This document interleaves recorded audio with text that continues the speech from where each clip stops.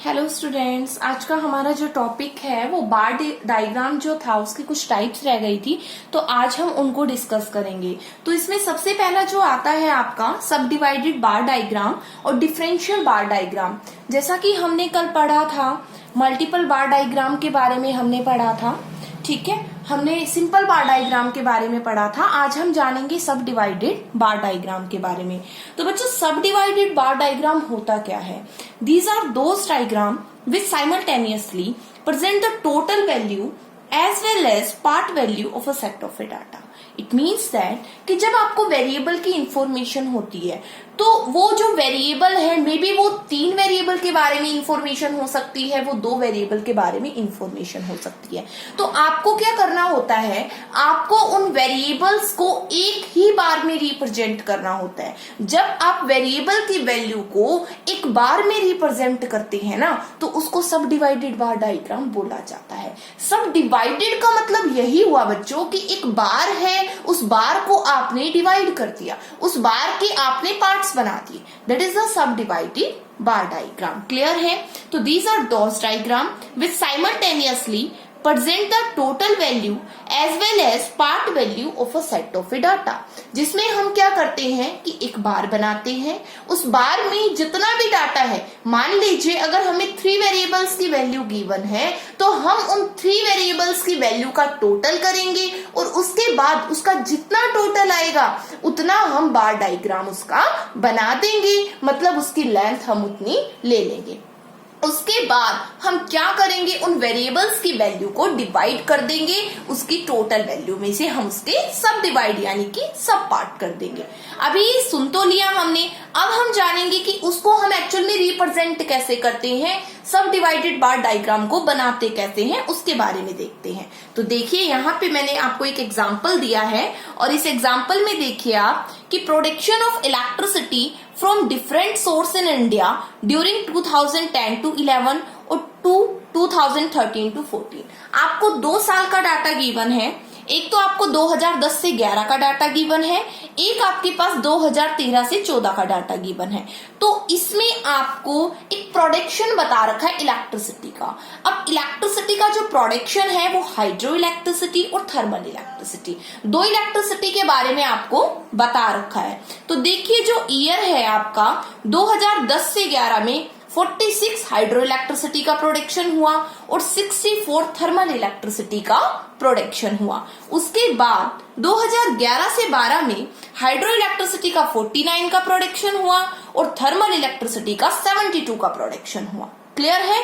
ऐसे ही 2012 से 13 में दे रखा है, 13 से 14 में दे रखा है। तो ये तो बच्चों थी बात कि हमें 2 वेरिएबल की इंफॉर्मेशन यहाँ पे गिवन है। कितने वेरिएबल की इंफॉर्मेशन गिवन है? यहाँ पे हमें 2 वेरिएबल की इंफॉर्मेशन गिवन है। क्लियर? बट बात हम कर रहे हैं सब डिवाइडेड बार डायग्राम की, और जब हमें 2 या 3 वेरिएबल की इंफॉर्मेशन गिवन होती है और क्वेश्चन में बोला जाता है कि सब डिवाइडेड बार डायग्राम बनाइए, तो आपको कैसे बनाना है। तो देखिए जितने भी, जैसे यहाँ पे 2 वेरिएबल की इंफॉर्मेशन गिवन है तो इन 2 वेरिएबल की वैल्यू हमने टोटल निकाल लिया। हमने देख लिया कि टोटल प्रोडक्शन कितना हुआ 2010 से 11 में। तो बच्चों टोटल प्रोडक्शन हुआ 110 यूनिट का। कितने का प्रोडक्शन हुआ? 110 यूनिट का टोटल प्रोडक्शन हुआ, राइट। उसके बाद 2011 से 12 में जो टोटल प्रोडक्शन हुआ वो कितने का हुआ? 121 यूनिट्स का। कितने का हुआ? 121 यूनिट्स का। 2012 से 13 में कितने का प्रोडक्शन हुआ? टोटल 130 का। हमने हाइड्रो इलेक्ट्रिसिटी पावर को और थर्मल इलेक्ट्रिसिटी पावर को दोनों को एडअप कर दिया और दोनों के प्रोडक्शन की जो वैल्यू आती है वो 130 आती है। क्लियर है? उसके बाद 13 से 14 में जो प्रोडक्शन हुआ वो 140 का हुआ। कितने का हुआ? 140 का। क्लियर है? अब ये तो बात थी कि हमें क्या करना होता है सब डिवाइडेड बार डायग्राम में। अगर 3 वेरिएबल है तो 3 वेरिएबल की वैल्यू को जोड़ दो, अगर 2 वेरिएबल है तो 2 वेरिएबल की वैल्यू को जोड़ दो, मतलब टोटल निकाल लो। इतनी बात आ गई समझ में कि टोटल हमने निकाल लिया।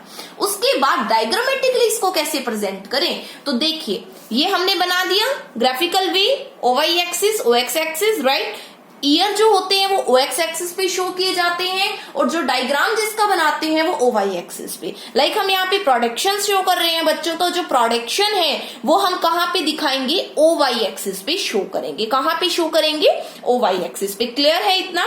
तो देखिए यहाँ पे सिंपल है, सब डिवाइडेड बार डायग्राम सबसे इजी होता है। तो देखिए इसमें टोटल वैल्यू ले लो आप। अब 2010 से 11 है, ठीक है, तो 2010 से 11 में प्रोडक्शन कितना हुआ था, 110 का। तो आप क्या कीजिए, जैसे कि मैंने इसमें 20-20 का गैप ले लिया, ठीक है। अब इसमें 110 तक मैं ऊपर लेके चलेगी, क्योंकि हमने पहले ही बताया है कि सब डिवाइडेड बार डायग्राम में जो टोटल वैल्यू होती है ना, उसकी क्या ले लो, उतनी वैल्यू लेंथ ले लो बार की, ठीक है। तो मैंने 110 की लेंथ ले ली यहाँ पे। इतना क्लियर है? उसके बाद अब मुझे इसमें हाइड्रो को भी शो करना है और थर्मल को भी शो करना है। तो जैसा कि मैंने बताया है कि डायग्राम को रिप्रेजेंट करने के लिए आप शेडिंग का यूज कर सकते हैं या फिर आप स्केचिंग का यूज कर सकते हैं। तो मैंने क्या किया, इसमें हाइड्रो इलेक्ट्रिसिटी को तो ब्लैंक रखा और थर्मल को मैंने लाइनिंग के थ्रू शो कर दिया। तो मैं क्या करूंगी कि हाइड्रो इलेक्ट्रिसिटी को शो करूंगी पहले, तो 46 है ना, तो 46 तक मैं लेके चलेगी, ले गई मैं 46। अब 46 तो ये जो शो कर रहा है ब्लैंक, ये कौन सा शो कर रहा है, हाइड्रो इलेक्ट्रिसिटी। और अब बच कितना गया, फिर 64 बचेगा। कहोगे क्यों मैडम 64 क्यों बचेगा, क्योंकि भाई 110 टोटल प्रोडक्शन था और 46 हाइड्रो है, तो बचा कितना, 64 बचा। तो 64 जो शो कर रहा है ना आपका, वो किसको शो कर रहा है, थर्मल इलेक्ट्रिसिटी को शो कर रहा है, ठीक है। तो आपको बस एक वेरिएबल की वैल्यू शो कर दो। अगर 2 वेरिएबल दे रखे हैं, ठीक है, तो टोटल आप 2 का ही लोगे, तो एक वेरिएबल की वैल्यू शो कर दो और फिर दूसरे वेरिएबल की वैल्यू जो बच गई वो होगी। लेकिन अगर 3 दे रखे हो तो क्या करें, तो भाई फिर आपको ऐड करना पड़ेगा, फिर आपको क्या करना पड़ेगा, कॉम्युलेटिव वे में जाना पड़ेगा। वो भी मैं बताऊंगी आगे आपको, ठीक है। हम क्वेश्चंस करेंगे, कॉम्युलेटिव वे में जाना पड़ेगा हमको फिर, ठीक है। तो ये 46 हुआ, फिर ये कितना हो गया आपका, 64 हो गया, ठीक है। ये चीज है इसमें। ऐसे ही 2011 से 12 में शो करेंगे, 49 शो कर दिया। अब बच कितना गया, 72 बच गया, तो बच गया वो 72 कर दीजिए। तो ऐसे आपका सब डिवाइडेड बार डायग्राम बनता है। आई होप ये आपको क्लियर हो गया होगा। उसके बाद बात आती है परसेंटेज बार डायग्राम की। तो बच्चों परसेंटेज जो बार डायग्राम होता है ना, वो डायग्राम जिसमें हम परसेंटेज को शो करते हैं, जिसमें हम क्या करते हैं, परसेंटेज को शो करते हैं, उसे परसेंटेज बार डायग्राम बोला जाता है। जिसमें क्या होता है, वेरिएबल्स की वैल्यू होती है, लेकिन वो वैल्यू जो होती है ना, वो बहुत हाई वैल्यू होती है, तो उनको रिप्रेजेंट करना आसान नहीं होता, उनको हम आसानी से प्रेजेंट नहीं कर सकते। इस वजह से हम क्या करते हैं, हम परसेंटेज बार डायग्राम का यूज करते हैं। जब भी आपको कभी भी क्वेश्चन में दिखे, टेबल में दिखे कि जो वैल्यू है वो हाईली मैग्नीट्यूड है, मतलब वो वैल्यू जो है वो ज्यादा है, तो आप क्या करें, आप परसेंटेज निकाल ले उसका, आप क्या करें, परसेंटेज निकाल ले। और आपको पता है कि परसेंटेज हमेशा 100 होता है, तो आप जब बार की जो लेंथ लेंगे ना परसेंटेज बार डायग्राम में, वो हमेशा बच्चों आप 100 लेंगे। कितनी लेंगे आप, 100 लेंथ लेंगे। क्लियर है? तो वो होता है परसेंटेज बार डायग्राम, जो परसेंटेज की फॉर्म में शो किया जाता है। अब देखते हैं हम ये कैसे बनेगा आपका। देखिए, in this the total length of a bar is assume to be 100। मतलब कि जब परसेंटेज बार डायग्राम आप बनाते हैं ना, तो हमेशा आपको ध्यान रखना है कि जो टोटल लेंथ लेनी है ना बार की, वो हमेशा 100 लेनी है। क्यों, आप कहोगे मैम 100 क्यों ली, क्योंकि बेटा परसेंटेज बार डायग्राम बना रहे हैं, और परसेंटेज जो बार डायग्राम होता है ना आपका, उसमें वैल्यू हमेशा क्या होती है, 100 होती है, क्योंकि percentage tell us about the 100, right ना। तो ये चीज है इसमें। तो percentage bar diagram are use generally when the values are of high magnitude. तो ये मैंने आपको पहले ही एक्सप्लेन कर दिया कि भाई जब मैग्नीट्यूड, जब वैल्यू बहुत हाई दी जाए और पॉसिबल ना हो उसको रिप्रेजेंट करना, तो क्या करो, परसेंटेज निकाल लो, ठीक है। वैल्यू लो, नीचे टोटल लो, मल्टीप्लाई 100 करो, परसेंटेज वैल्यू निकल के आ जाएगी। क्लियर है? अभी ना एग्जाम्पल से समझ आएगा, ठीक है। GDP by the industry of origin. GDP हमें प्रोडक्शन बताता है, हमें आउटपुट लेवल बताता है किसी भी इंडस्ट्री का, ठीक है। कि GDP tell us about the gross domestic product, कि कितना प्रोडक्शन हुआ, ठीक है। तो 2004 से 5 के प्राइस के बेसिस पे बताया हुआ है, 2010 से 11 और 11 से 12, ठीक है। तो 3 सेक्टर होते हैं हमारी इकोनॉमी में, as you know it very well, primary sector, secondary sector और territory sector. Primary sector agriculture sector से रिलेटेड होता है, सेकेंडरी सेक्टर इंडस्ट्रियल सेक्टर होता है जहां पे गुड्स एंड सर्विस का प्रोडक्शन होता है, मतलब रॉ मटेरियल को फिनिश गुड में चेंज करने का काम किया जाता है। टेरिटरी सेक्टर बच्चों वो सेक्टर होता है जहां पे सर्विस प्रोवाइड कराई जाती है। वो कौन सा सेक्टर होता है आपका? टेरिटरी सेक्टर होता है। क्लियर है? तो अब ये तो टेबल थी, अब आप देखिए क्या आप इसकी वैल्यू को शो कर सकते हो डायग्राम में बार में? नहीं ना, ये कितनी हाईली मैग्नीट्यूड वैल्यू है, तो क्या करें? परसेंटेज बार डायग्राम बनाओ, सिंपल। तो बच्चों इसका सॉल्यूशन देखिए, percentage contribution of the different sector to a national income. जब नेशनल इनकम को कैलकुलेट किया गया तो हमने ना परसेंटेज निकाली कि हर सेक्टर ने कितना कंट्रीब्यूट किया। तो परसेंटेज कैसे निकलेगी ये भी क्वेश्चन उठता है। तो मैंने यहाँ पे आपको बताया है कि देखिए प्राइमरी सेक्टर ने इतने का प्रोडक्शन किया, ठीक है, 8,22,415 का प्रोडक्शन हुआ, बट तीनों सेक्टर के द्वारा 2010 से 11 में प्रोडक्शन कितना हुआ था? 49,37,006, ठीक है, इतने का प्रोडक्शन हुआ था। अब प्राइमरी सेक्टर का इतने टोटल में से इतना था 8,22,415। तो प्राइमरी सेक्टर की परसेंटेज निकाल लो। अब परसेंटेज तो निकालना आता है ना आपको, प्राइमरी सेक्टर की वैल्यू अपॉन में टोटल वैल्यू मल्टीप्लाई 100, तो कितना आ गया? 16.66। ऐसे ही सेकेंडरी की निकल जाएगी, ऐसे ही टेरिटरी की निकल जाएगी, ठीक है। फिर ऐसे ही जो ईयर है आपका 2011 से 12, ठीक है, उसकी भी ऐसे ही परसेंटेज निकल जाएगी। इतना क्लियर है? उसके बाद क्या करेंगे, हमने ना क्या लेना है? कॉम्युलेटिव निकालना पड़ेगा। आप कहोगे क्यों? क्योंकि देखो मैंने अभी पीछे ही बताया था कि जब हमें 3 वेरिएबल की वैल्यू दी हो ना तो हमें कॉम्युलेटिव निकालना पड़ता है, और कॉम्युलेटिव फ्रीक्वेंसी तो आपने पढ़ाई है। तो ऐसे ही कॉम्युलेटिव परसेंटेज होता है कि भाई फर्स्ट की तो एज इट इज, सेकंड वाले की क्या कर दो? फर्स्ट वाले में ऐड कर दो। तो कितना आ गया? 42.69। मतलब कि हम इस वाली वैल्यू को इसमें क्या कर देंगे? ऐड कर देंगे। क्या कर देंगे? ऐड कर देंगे। और क्या गेट कर लेंगे? ये गेट कर लेंगे, ठीक है। फिर उसके बाद थर्ड सेक्टर की वैल्यू निकालने के लिए इस वैल्यू में क्या कर देंगे? ये ऐड कर देंगे। तो क्या आ जाएगा? ये निकल के आ जाएगा। हमेशा ध्यान रखना ये 100 आएगा, ठीक है। जो लास्ट वेरिएबल की वैल्यू अगर 4 दे रखे होते, टेरिटरी के बाद कुछ और दे रखा होता तो 100 आता, ठीक है। तो वो क्वेश्चन के अकॉर्डिंग गिवन होता है आपको।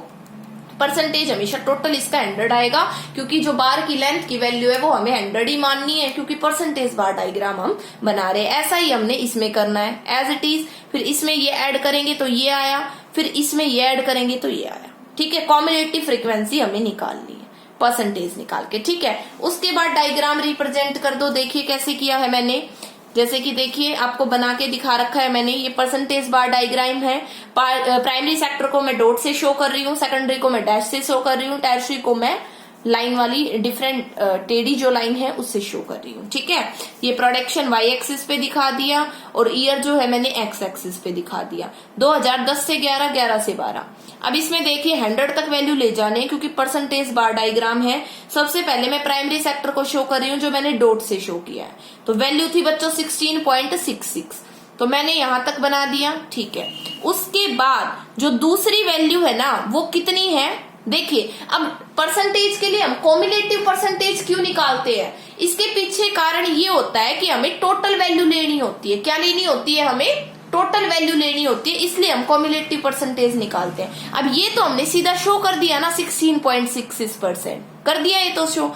अब जो नेक्स्ट वैल्यू है ना वो बेटा कितनी शो करेंगे? 42.69, क्योंकि इतना तो शो कर दिया। अब इसमें इतना ऐड करेंगे ना जब इतना बनेगा, तो डायग्राम में जो लेंथ है जो ओवाई एक्सिस पे जो शो करनी है वैल्यू वो ये शो करेंगे और दिखाएंगे इतना, ठीक है। तो अब कहां तक ले जाएंगे हम? 42.69 तक ले जाएंगे। क्यों? क्योंकि बच्चों 16.66 तो हो ही गया था। अब उसमें हमने 26.03 ऐड करा तो कितनी वैल्यू आ गई हमारी? 42.69 वैल्यू हमारी आ गई, ठीक है। तो ये देखिए यहाँ पे ये शो कर रखा है मैंने 42.69 वैल्यू, बट सेकेंडरी सेक्टर का डाटा तो इतना ही है ना, तो उसमें तो हम 26.03 दिखा सकते हैं, उससे ज्यादा नहीं दिखा सकते, है ना। लेकिन डायग्राम में जो वैल्यू जाएगी वो जाएगी कॉम्युलेटिव परसेंटेज की, हमेशा याद रखना। और यही रीजन है कॉम्युलेटिव परसेंटेज निकालने का। क्या कि यहाँ पे जो डायग्राम बनेगा ना, जैसे पहले तो बना दिया प्राइमरी सेक्टर 16.66, अब सेकेंडरी सेक्टर की वैल्यू कितनी थी? 26.03 03 थी, बट अगर मैं अब क्या करना है, मुझे 26.03 और ऊपर ले जाना है। अब 26.03 ऊपर ले जाना है तो इसमें जोड़ के ही तो पता चलेगा ना कि कितना ऊपर जाएगा। तो बच्चों कितना गया, 42.69 वैल्यू गई। तो 42.69 तक आप वैल्यू ले जाओ, ले गए तो सेकेंडरी तो इतना ही शो करेगा ना, ये प्राइमरी था ये सेकेंडरी था, और दोनों को ऐड कर दूं तो कितना बन गया 42.69। और जो बच गया थर्ड वेरिएबल वो होता है सेम एज इट इज सब डिवाइडेड वाली बात, ठीक है। तो ये था आपका बच्चों percentage bar diagram. I hope आपको क्लियर हो गया होगा। उसके बाद बात आती है डेविएशन बार डायग्राम की। बच्चों डेविएशन बार डायग्राम पता है कब बनाया जाता है, जब हमें वैल्यू जो होती है ना वेरिएबल्स की वो पॉजिटिव और नेगेटिव दोनों में दे रखी हो। जब वैल्यू हमें वेरिएबल्स की पॉजिटिव और नेगेटिव में दे रखी होती है तो हम डेविएशन बार डायग्राम का यूज करते हैं। दूसरा, जब हमें लोकेशन वाइज या टाइम वाइज या मैं कहूं किसी कंपनी का प्रॉफिट है, लॉस है, सेविंग है, तो उस केस में भी डेविएशन बार डायग्राम बनाया जाता है, ठीक है। ये चीज है आपकी। तो these diagram are used to compare the net deviation of the related variable with respect to the time and location। ये डायग्राम का यूज जब किया जाता है जब हमें किसी चीज के बीच में कंपैरिजन करना हो, ईयर वाइज कंपेयर करना हो, किसी कंपनी की सेविंग पहले कितनी थी अब कितनी है, ठीक है, सेल पहले कितनी थी अब कितनी है, प्रोडक्शन पहले कितना था अब कितना है, ठीक है। तो वो डेविएशन बार डायग्राम इसलिए बनाया जाता है। Bar representing the positive negative deviation, बिल्कुल जब आपको पॉजिटिव नेगेटिव वैल्यू दिखानी, क्योंकि सेविंग नेगेटिव भी हो सकती है, मतलब कम भी हो सकती है, ज्यादा भी हो सकती है, प्रोडक्शन बढ़ भी सकता है घट भी सकता है ना। तो बढ़ना घटना मतलब पॉजिटिव नेगेटिव दोनों हम किस में शो करेंगे, डेविएशन बार डायग्राम में हम शो करेंगे। Such type of diagram represent the deviation in magnitude as well as direction. Magnitude मतलब वैल्यू भी शो करता है, साथ के साथ हमें डायरेक्शन भी बताता है डेविएशन जो बार डायग्राम होती है, ठीक है। तो देखिए यहाँ पे क्या है, आपको दे रखा है यहाँ पे कि ईयर 2009 to 10 सारे ईयर का दे रखा है, सेविंग डेफिशिएट दिखा रखा है, घाटा दिखा रखा है, सेविंग दिखा रखी है 30 -20 10 15 -25 20। तो देख रहे हो आप पॉजिटिव भी है और नेगेटिव है, तो पॉजिटिव को तो OY प्लस एक्सिस पे और नेगेटिव को OY नेगेटिव एक्सिस पे शो कर देंगे। तो ऐसे बनता है ये। तो 2009 में हमने 30 की सेविंग दिखा दी और 2010 में हमें नेगेटिव दिखाना था, तो नेगेटिव तो बच्चों नीचे आएगा, तो मैंने ये नीचे बना दिया। फिर 2011 में 10 मैंने ऊपर बना दिया पॉजिटिव, ठीक है। 15 में भी पॉजिटिव था, 2012 में 15 पॉजिटिव वैल्यू ऊपर दिखा दिया। फिर 2013 में माइनस का 25, तो नीचे आएगा या ऊपर आएगा, नीचे आएगा। तो ऐसे बनता है आपका डेविएशन बार डायग्राम। ये है डेविएशन बार डायग्राम कि डेविएशन बार डायग्राम को बनाया कैसे जाता है। तो आज आपके जितने भी बार डायग्राम थे उसकी टाइप्स कंप्लीट हो गई है। कल हम डिस्कस करेंगे कि पाई डायग्राम कैसे बनता है। उसके लिए आपको कंपास का और डी का यूज करना होगा कि पाई डायग्राम कैसे बनता है। ये है आपका deviation bar diagram. I hope आपको क्लियर हो गया होगा। कोई दिक्कत आए तो आप समझ सकते हैं।